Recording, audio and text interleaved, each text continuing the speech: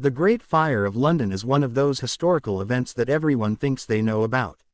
You've probably heard the story.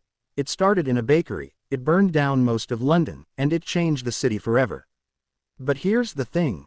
There's one big mistake almost everyone makes when they think about it. And understanding this mistake completely changes how we see this dramatic event. Let's go back to September 2, 1666. London was a bustling city of about 80,000 people. Streets were narrow, buildings were made of wood, and houses were packed tightly together. Sanitation was poor, and fire was a constant threat. In a city like this, even a small spark could lead to disaster. And that's exactly what happened, but not quite the way most people imagine. The fire started in Thomas Fariner's bakery on Pudding Lane, in the early hours of the morning. Yes, it was a bakery, and yes, it was a spark. But here's the first part of the mistake. Many people assume that the fire instantly consumed the city. They imagine towering flames devouring streets in minutes, smoke filling the sky, chaos everywhere. In reality, the fire started small, almost unnoticed. It took hours for people to realize how serious it was. The initial attempts to put it out were half-hearted. Firefighting techniques were primitive. People used buckets of water, leather squirts, and fire hooks to try to pull down buildings to stop the flames. They didn't have modern fire engines, hoses, or organized teams. It was a city at the mercy of its own poor infrastructure and outdated firefighting methods. Another common misconception is that the fire destroyed all of London. Movies and illustrations make it look like the entire city was reduced to ashes. In truth, only about 13,000 houses were destroyed out of roughly 87,000, along with 87 parish churches, including the original St. Paul's Cathedral. The fire mainly affected the central part of the city, especially the older wooden neighborhoods. Large portions of London actually survived. This is why the fire, though devastating, also created an opportunity for rebuilding, modern urban planning, and better fire regulations. Now, here's the part that really surprises people. The death toll was remarkably low. For such a massive fire, you would expect hundreds or thousands of deaths. Yet, official records suggest only 6 verified deaths. Historians believe the number could have been slightly higher, but still, it was far less than anyone imagines. The reason? People escaped the flames, and many found refuge on the Thames River. The fire spread rapidly, yes, but the density of people, the timing, and sheer luck prevented a catastrophe on a scale of human loss. Another mistake people make is about how the fire ended.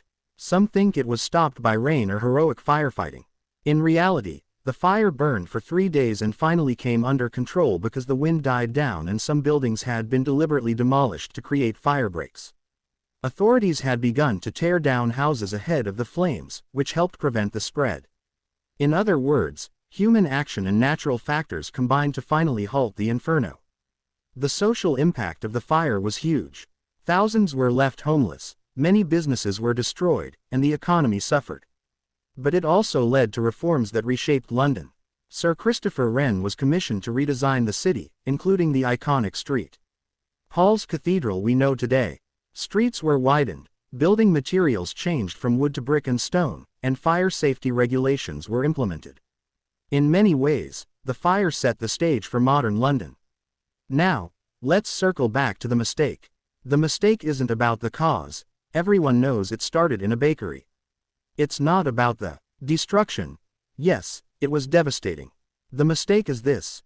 People exaggerate the scale of the fire in terms of immediate destruction and human casualties. Movies, books, and pop culture have amplified the drama to almost apocalyptic levels. But history shows a more nuanced picture.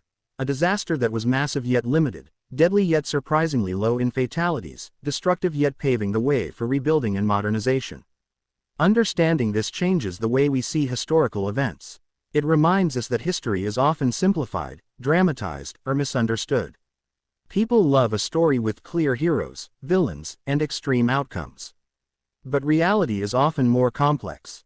The Great Fire of London was both terrible and transformative. It destroyed parts of the city, but it also created opportunities for improvement. It was not the end of London but a turning point that shaped its future. And here's a final thought. The one mistake about the fire teaches us a broader lesson. We tend to overdramatize disasters in our minds. We assume the worst, envision massive loss, and forget the resilience and resourcefulness of people at the time. Londoners in 1666 faced a terrifying blaze, yet they survived, rebuilt, and learned from it. That's a story worth remembering, not just as a cautionary tale, but as a lesson in perspective and human endurance. So, next time someone tells you that the Great Fire of London burned down the entire city and killed thousands, remember, that's the one mistake. The fire was real, devastating, and historic, but its scale, scope, and consequences were far more nuanced than most people think.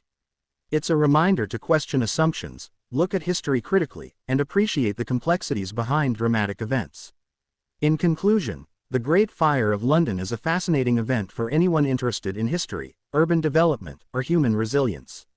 It shows how a small spark can ignite chaos, but also how human action, timing, and ingenuity can prevent total disaster. By correcting this one common mistake, we gain a clearer understanding of history, one that respects facts over myths, nuance over exaggeration, and reality over legend.